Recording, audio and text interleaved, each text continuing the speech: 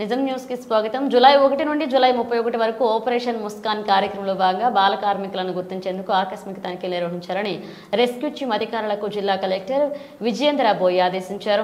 గురువారం collector కార్యాలయంలోని mini సమావేశ మందిరంలో ఆపరేషన్ ముస్కాన్ పై ఏర్పాటు చేసిన సమావేశంలో జిల్లా కలెక్టర్ మాట్లాడుతూ 18 సంవత్సరాలలోపు వయసు గల బాల కార్మికులు పనిచేసే ప్రాంతాల్లో వారిని గుర్తించి తీసుకున్న పునరావాస చర్యలపై అధికారులకు జిల్లా కలెక్టర్ పలు సూచనలు చేశారు.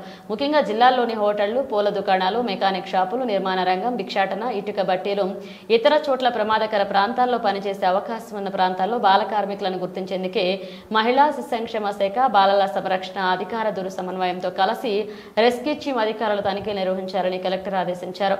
ఈ తనిఖీలలో బాల కార్మికులను గుర్తిస్తే వారి పనిలో నియమించిన వారిపై బాల కార్మిక నిర్మూలన చట్టం 2016 ప్రకారం చట్టపరమైన చర్యలు తీసుకోవాలని, బాల కార్మికుల పిల్లలను బాలల సంరక్షణ కమిటీకి అప్పగించి వారి సంక్షేమంకు చర్యలు తీసుకోవాలని సూచించారు. బాలల పాఠశాల, కళాశాలలలో ఉండాలని, పనిలో ఉండవద్దని కలెక్టర్ స్పష్టం చేశారు.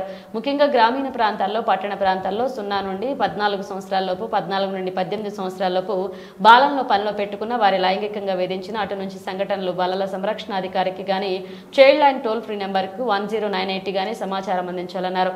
జూలై 1 నుంచి జూలై 31 వరకు వివిధ శాఖల సమన్వయంతో ఆపరేషన్ ముస్కాన్తో పోయిన నిరాధారణకు గురైన పనిలో ఉన్న బాల కార్మికులను గుర్తించాలని అన్నారు.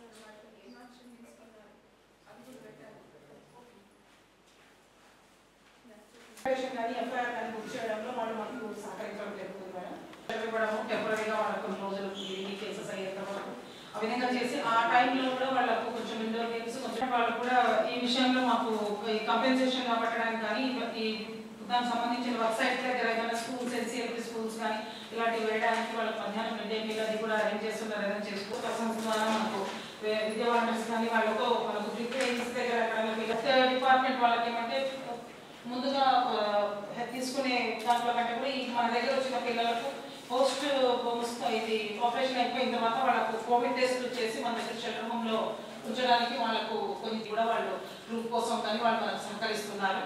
అండ్ చైల్డ్ లైన్ వాళ్ళు కూడా మనతో పాటుగా సపోర్టివ్గా దీంట్లో